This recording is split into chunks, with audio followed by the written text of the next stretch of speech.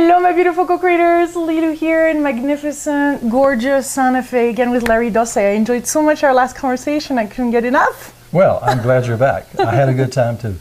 Yes, and this time I know you're working on The One Mind, your next book, so this is going to be the main focus of this conversation. And I just want to remind everybody that is watching this video that you're a renowned physician and you're a surgeon in Vietnam. Mm-hmm. And you wrote 11 books. You're writing right now your 12th book. Mm-hmm. And you just had an amazing, very rewarding career and making a huge difference in the scientific world. Well, besides that, I'm having a good time. And that shows. Yeah, I'm doing what I really love to do, which is play with ideas which are sort of on the edge of conventional science. All of my books have had to do with ideas which are challenging for a lot of people in conventional science. Mm-hmm. But I have to say that I've had the pleasure of seeing many of these ideas come from the edge into the mainstream over the years, and it's been a joyful process to be a part of that. Yeah, you're even speaking to Columbia University students, I heard? Well, yes, I did. I was there just a few months ago, and we were talking about the nature of consciousness. You know, Columbia is a very conventional first-rate university, but these ideas really, I thought were going to be so controversial that nobody would come to the lectures, and we would be roundly criticized for talking about really very challenging areas of science, which, frankly, many academics just aren't familiar with. But I was completely surprised when all of the lectures were absolutely packed. As a matter of fact, the students were sitting in the aisles, and not only were they not critical, after we left, they told their sponsor there, a Columbia faculty member, that they wanted us to come back and to make this a permanent annual lecture series for them. So these kids, these bright kids, just didn't have any problem at all with what we were saying. Mm-hmm. And that was a very fulfilling experience. Tell us how you get started on The One Mind. The One Mind? Yeah. Well, I have to say, at first, many people, when they first stumble onto this idea, it sounds to them very crazy, you know, California woo-woo stuff. Obviously, there are billions of minds, individual minds on the earth. No one challenges that. But the premise of the one mind idea is that there's a collective consciousness that includes all of the individual minds. This sounds like a crazy idea, but it's so ancient. It goes back to the beginning of recorded history, as a matter of fact, and some of the brightest scientists in the 20th century have actually endorsed this idea. One of my heroes in science is the Austrian physicist Erwin Schrödinger, who won a Nobel Prize in physics in 1933, and he was a champion of the idea of the one mind. And it's from Schrödinger that I derived a great deal of inspiration to go forward and explore this idea and write a complete book about it. Schrödinger said, in truth, there is only one mind. Mm-hmm. Now that sounds like something that an Oriental mystic might say, but here you have one of the greatest figures in 20th century physics endorsing this idea. But the original inspiration came from personal experience. During my time in Vietnam in 1968, 1969, I had a very challenging assignment. I was a battalion surgeon way out in the boonies, far beyond anything like a MASH unit or a mobile hospital, nothing like that. I spent a year living behind sandbags and barbed wire, and along with my medical kit, I had a standard M16, and which was my constant companion for a year.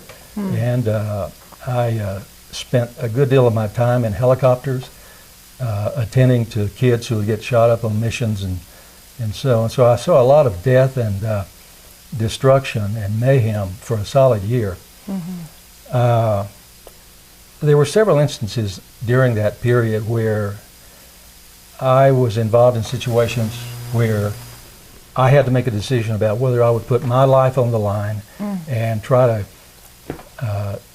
save some of these kids' lives.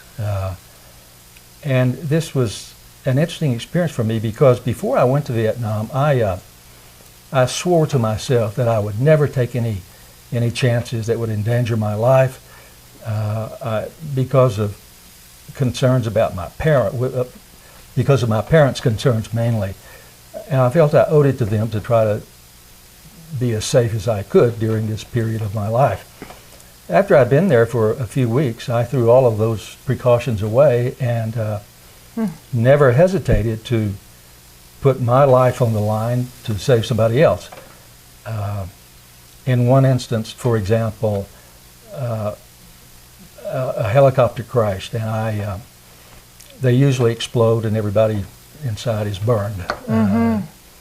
So I jumped into this situation and rescued this pilot in this crashed helicopter before it exploded. And then after one of these things would happen, I would think, why did I do that? I mean, why did I throw precaution to the wind and disown the vow that I had made before I went to Vietnam, just to always play it safe? And it made no sense at all. When I returned, I one day stumbled upon a book written by a famous philosopher, and he was grappling with the idea about why people risk their life to save others.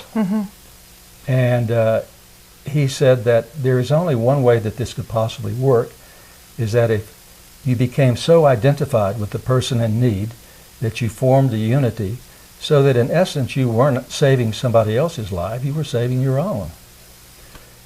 And when I read that, I thought, that's it. That's a perfect explanation. That's exactly what I felt. During those moments, I would cease to make a distinction between myself and the person in need, and therefore I would behave that way. I wasn't saving somebody else. I was attending basically to myself. And then I came upon this idea in these philosophical writings of the way that consciousness can integrate between different individuals and form a unity and a oneness. And for me, it was just a perfect explanation. You know, sometimes when you stumble upon something in literature, you have that aha experience, and you just know that that's right. And that was my experience with this.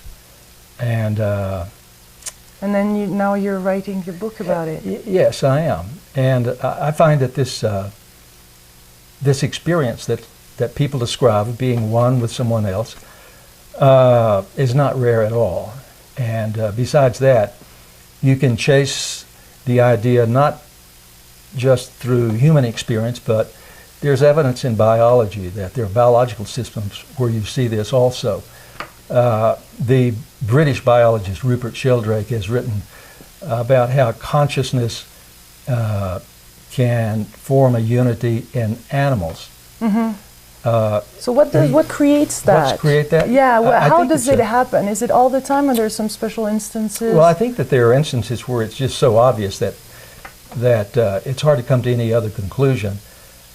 You see, the reason that we have so much trouble in struggling with this idea is because we've been brainwashed through our educational process to think that consciousness is confined to the brain. Somehow the brain makes consciousness like the liver makes bile, and so it's all a brain thing. That is so inherent in our thinking that to suggest the opposite, that consciousness works through the brain but isn't made by it, and furthermore, it's a collective process, that we just have difficulty entertaining that idea. However, there are biological systems where the one mind seems to operate in plain sight. One example that Sheldrake used, for example, is starlings, the birds that flock, and these flocks sometimes are made up of tens of thousands of birds, and if you look at videos of them, they fly as if they're one organism. They wheel and they gyre in unison, and biologists have never had a good explanation for that happens, for how that happens. You see the same thing in schools of fish. Most people have seen those schools of fish, like herring, where they are made up of millions of these fish, which just seem to shift and turn in unison. And the message doesn't seem to propagate from one fish to another because they do this in unison. They do it simultaneously. There have been studies in insects, such as termites, and swarms of insects, where you see the same sort of phenomenon. I think that this is interesting because it seems to suggest that this idea of oneness of consciousness is spread throughout the biological kingdom. And in science, if you can see a phenomenon that is present in lower forms of life all the way up the scale of complexity through and including human beings, this is very meaningful because it suggests that you're not talking about anecdotes and isolated instances, but you're dealing with a phenomenon that permeates the biological spectrum. And I think that this idea of the one mind, mentation forming a collective phenomenon between individual organisms, is on solid ground. And so it's been fun to explore this. So you felt it one-on-one, and have you seen that, or have we recorded some things where it really happens on a larger human scale? Sure. Let me give you an example, which I think is difficult to explain without bringing in this idea of collective mind, where people share, sometimes at the level of the unconscious, premonitions, ideas, thoughts, and so on. This had to do with an event that took place in 1950 in a little town called Beatrice, Nebraska, which is in the geographic heart of the United States. And this little church had a choir consisting of 15 members. Every Wednesday night they came together and began choir practice at 7:20 in the evening. On this particular night, however, at 7:25 the church exploded. Later it was found to be caused by a natural gas leak, which exploded. But no one was injured because for the first time in church history, no one came. It was the first total no-show in the entire history of this church. How is it that 15 people collectively decided not to attend church that night? This word got leaked out, and this little place became famous, and investigators and reporters and statisticians descended on this little town, and they calculated that the odds against chance of 15 people on this particular night not showing up was something like 1 in a million. Some put the odds at 1 in a billion. All of these people were interviewed eventually, and none of them had any conscious awareness that the church was going to explode. They just simply said they got involved with other stuff. Two high school students said they just got carried away with their homework. I mean, these were mundane reasons, but it just boggles the imagination to say that this just happened according to chance. I just can't, the odds are just too great. So how would we account for that? I think one accounts for it by saying that at some level of consciousness, in the deep unconscious, there were shared intimations that people should not go to church that night. And I think this is a one-mind phenomenon. I think we also had another sensational example of this on 9/11 in the United States with respect to those 4 doomed planes. Most people are unaware that those planes were, on average, 70% empty. Most people in America carry around this idea that 4 full airplanes crashed that day.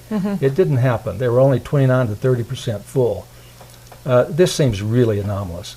And this held true not for just one of those planes, but for all of them. They were all less than 50% full, and some were only 16% full. So a lot of people had some reason to stay away from traveling that day. How do you account for that? I think if we put our antenna out and become sensitized to the idea that consciousness is in some sense collective, we can easily find examples where this seems to play out right in front of us. But we're so mesmerized against this idea that we just have trouble seeing it even when these examples happen in front of our face. Mm-hmm.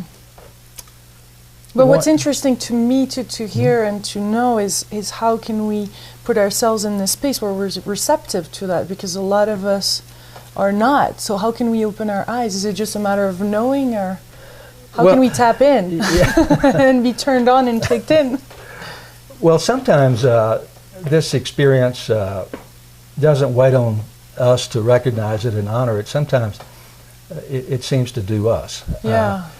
There are millions of examples through recorded history of people having something on the order of an epiphany, or just a sudden awakening, mm-hmm. where they feel at one with everything. Mm-hmm. This is the basic mystical experience of boundaries between you and other people breaking down, where you sense oneness not just between other people, but with all there is. These are extraordinarily common. Usually they're dismissed as mystical experiences. Sometimes they're called hallucinations and so on. But I think that we need to be more serious in suggesting that these people are really onto some fundamental reality that is quite real. Is that what also people, when they experience near-death experience, also feel and see, and then they bring back, and then once you have this experience of oneness, you kind of, it's easier to get it again? Well, it is easier to get it again, and if you look at people who have had near-death experiences, when they do come back, their lives tend to be changed forever. These people have a sense of fulfillment that they did not sense before. They have a sense of being integrated with people and the world in general that fundamentally changes their behaviors and leaves them with a sense of fulfillment and joy. Their whole way of being in the world tends to shift. Almost all people who have had near-death experiences report this feeling. One person who had an extraordinary shift in his thinking toward an appreciation of oneness with all there is was the astronaut Edgar Mitchell, who was the sixth man to walk on the moon. And coming back, he was just simply in a moment of really doing nothing. His chores were done and he was just watching the earth, and he had a mystical experience which was a dead ringer for this one mind idea. He felt all boundaries between people and nations breaking down, and he felt at one mm-hmm. with other people and with the planet as a whole, and a sense of preciousness and uniqueness about life in general. And it changed everything for him. As you know, he came back and started the Institute of Noetic Sciences to explore what this was all about. And to this day, IONS is one of the leading researchers in this notion of integrated consciousness and oneness, and they've been very fearless in, mm-hmm. in propagating inner knowing, this our inner knowing. Oh, absolutely. What a wonderful time interviewing Marilyn there. She's fantastic. Well, she is. Passionate. And, she's passionate, and she and I have kicked these ideas around for over 20 years. Also, I must say that Dean Radin, who was the chief scientist at IONS, is one of the leading investigators of this idea that consciousness is not restricted to the brain and not even to the present moment. Marilyn and Dean form, I think, the most formidable team anywhere in investigating these ideas currently. So is that related to because you've been always passionate about being an advocate for the mind, you know, and spirituality and healthcare. So is that for you? Are we talking about that same thing? We're still that also talking heals? About that. Yeah, we're talking about that same thing, that same old thing. Well, this idea of the one mind is a rational extension of what I've called in previous books non-local mind. Non-local mind just being a fancy word for infinite mind. Mm. This leads to the idea of the one mind, and here's how. if the mind is infinite in space and in time, that means you cannot put it in a box such as the brain or the body and confine it and separate it from all other minds. If the mind is infinite in space, you have to predict, I believe, that at some dimension of consciousness, minds come together and form what the physicist Schrödinger called the one mind. This was the direction of thought that Schopenhauer, the physicist, the philosopher, was edging up to when he was questioning why one person will give his life for another, because their minds come together as one. So there are a lot of angles to approach this. Another angle through which I've approached it has to do with healing, remote healing, distant healing, where one's thoughts and intentions can positively affect somebody at a distance, just as that person's thoughts might affect how their own body behaves. This is the one mind in action. So this idea, I hope you can see, of non-local mind leads naturally to the idea of the one mind. So that's the premise of the book, and but then there's this interesting notion of the ego, right? It's kind of there, and it prevents us from connecting, isn't it? But what is the role of the ego? Could you? Yeah, you think it's useful? I think it's useful. I think it's absolutely necessary. I've seen people lose themselves by giving themselves totally to the idea of the one mind, to the extent that they lose their grounding. They forget that they're a person, that they're an individual. And I think that's their dangers of giving oneself totally to the notion of the one mind and forgetting everything else. You know, there's an old idea from transpersonal psychology that if you go beyond the ego, first you got to have one. If you there's got to be something, got to be something to go beyond. If you want to transcend the ego, first develop one. If you want to go beyond the person, first of all, you've got to be one. And these are just clever little warnings that if we lose a sense of self totally, we're in big trouble. I think that this is one of those principles of complementarity where opposites come together and form something bigger and more powerful than either alone. There's an ancient idea in philosophy called the coincidentia oppositorum, Latin terms for the coincidence of opposites. Opposites come together. Even though they seem mutually opposed, you have to bring them together to form something that's greater than either alone. You know, there's a principle in physics called the principle of complementarity, where an atom can be both a wave and a particle. It's not just either one. It depends on how you examine it and look at it. It can be either. Individuals tend to behave in a complementary way also with respect to the one mind and the individual minds. You know, there are apparently, you know, almost 7 billion individual minds on the earth today. So how do you get one mind out of that? Well, you do.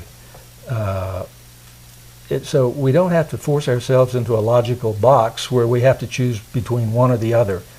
Even though they appear to be opposite, they're complementary. And I think that's the relationship we see between individual minds and the one mind. We're both. We need both. So within this one mind, there is those two opposite sides. Yes, and we should take great care not to totally divorce ourselves from individuality and give ourselves totally to the one mind. We really do need both to be whole, functioning, healthy human beings.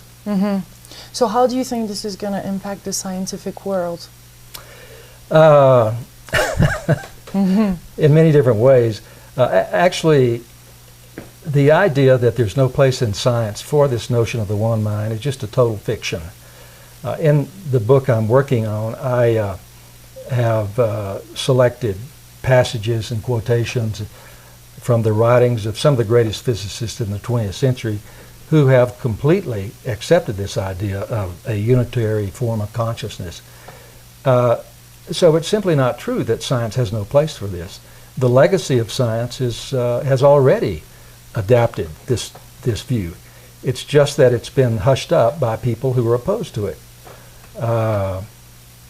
So the goal is not to bring something new into science. It's to recognize what many scientists have already made a place for. One reason it's important to talk about the views of Nobel physicists such as Erwin Schrödinger and his endorsement of the one mind is this very reason, to show that this is already part of science's history, this belief.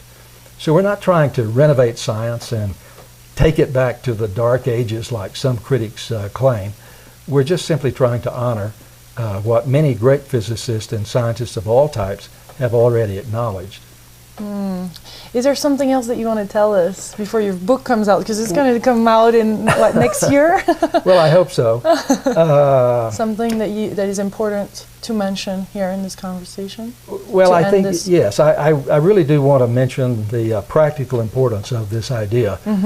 I think that unless we develop some notion that we're connected with one another and with the world out there and the environment in a really integral way, the future does not look good for us as a species. I think we will have to develop a sense that we're one with the world in some fundamental way if we're going to meet the challenges that really confront us these days with respect to the environment, overpopulation, war, and so on. There are tremendous ethical and moral dimensions of this idea of the one mind. For example, if we are all together in some deep fundamental sense, we can revise the golden rule, of which there's an expression in every major religion. We can change it from do unto others as you would have them do unto you to something like be kind to others because in some sense they are you. This really shifts the ethical imperative about our relationship, not just to one another as humans, but to all creatures, to the earth itself. And I think this sort of thing is going to be necessary if we're going to survive. And we even, I just want to add this too, because we even see it on a business level. We see it that if we don't create equal opportunities and partnership these days, we're screwing ourselves up. Of course we are. If we're trying to, negotiate and be, take a bigger share, in the end, we're going to lose it. It's very interesting that I think people might understand it also more on that business end with money, related to money. Yeah. It's incredible. The more we are generous, the more, life shows up in a generous, abundant way. Oh, exactly. This idea that we're together and connected is also important for individual survival. There are many studies now that show that the more socially integrated people are and the richer their connections are with other people, the healthier they are. There's one study involving 50,000 American men with heart disease, and those men who had loving relationships with their wife had a much higher survival rate than men who did not describe intimate, connected, loving relationships with a spouse. In one study of people with cancer, those people who had rich social interactions and a rich social network had only 1/2 the death rate of people who describe themselves as socially isolated. So this idea of connectedness is important in our biology. And so we see the importance of connectedness and unity operating not at just the individual level, but also the species level, in my judgment. And connected is this idea that we see the importance of oneness and unity up and down the biological chain of complexity, from the most primitive organisms up to including human beings. So this is not an odd idea. It's written into our biology. Thank you. You're Dr. welcome. Larry Dossey, this was amazing. Another juicy conversation. I'm so glad the juicy tour stopped another time here, because we had to have this conversation, didn't we? We did, and let's have another one soon. Yes, awesome. Much love, my beautiful co-creators from beautiful Santa Fe, New Mexico. Bye-bye.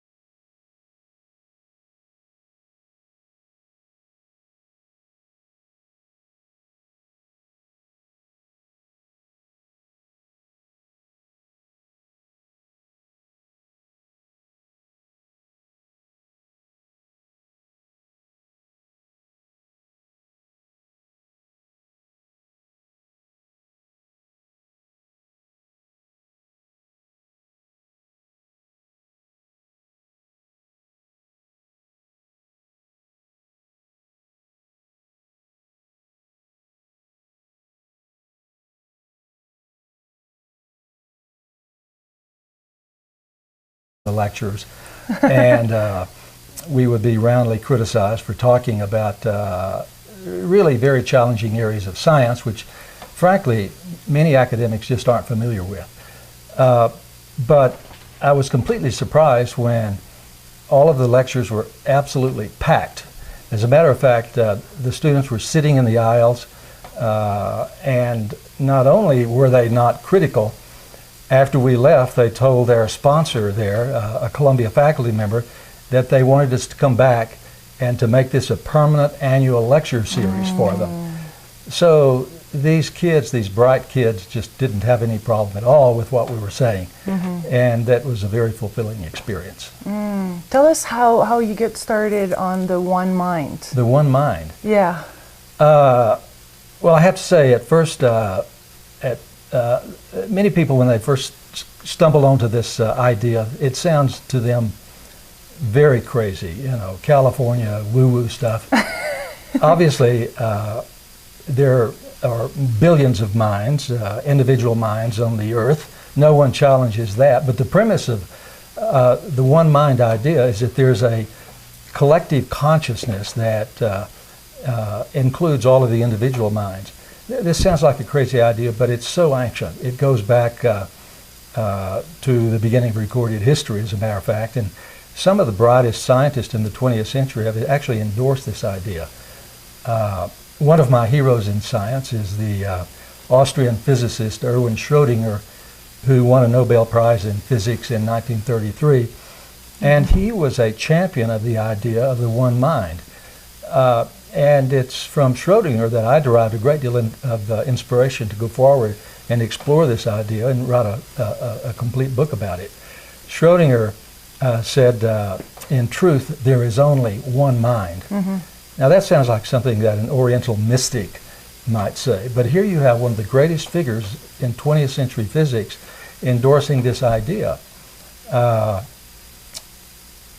the original inspiration came from personal experience during my time in Vietnam in 1968, 1969. Is play with ideas which are sort of on the edge of conventional science. All of my books have had to do with ideas which are challenging for a lot of people in conventional science. But I have to say that I've had the pleasure of seeing many of these ideas come from the edge into the mainstream over the years, and it's been a joyful process to be a part of that. Yeah, you're even speaking to Columbia University students, I heard. Well, yes, I did. I was there just a few months ago, and we were talking about the nature of consciousness. You know, Columbia is a very conventional, first-rate university, but these ideas really, I thought, were going to be so controversial that nobody would come to them.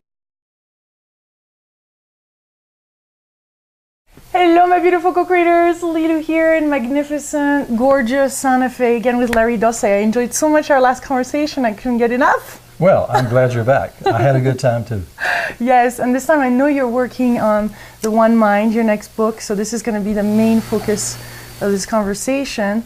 And I just want to remind everybody that is watching this video that you're a renowned physician and you were a surgeon in Vietnam, and you wrote 11 books. You're writing right now your 12th book, and you just had an amazing, very rewarding career and making a huge difference in the scientific world.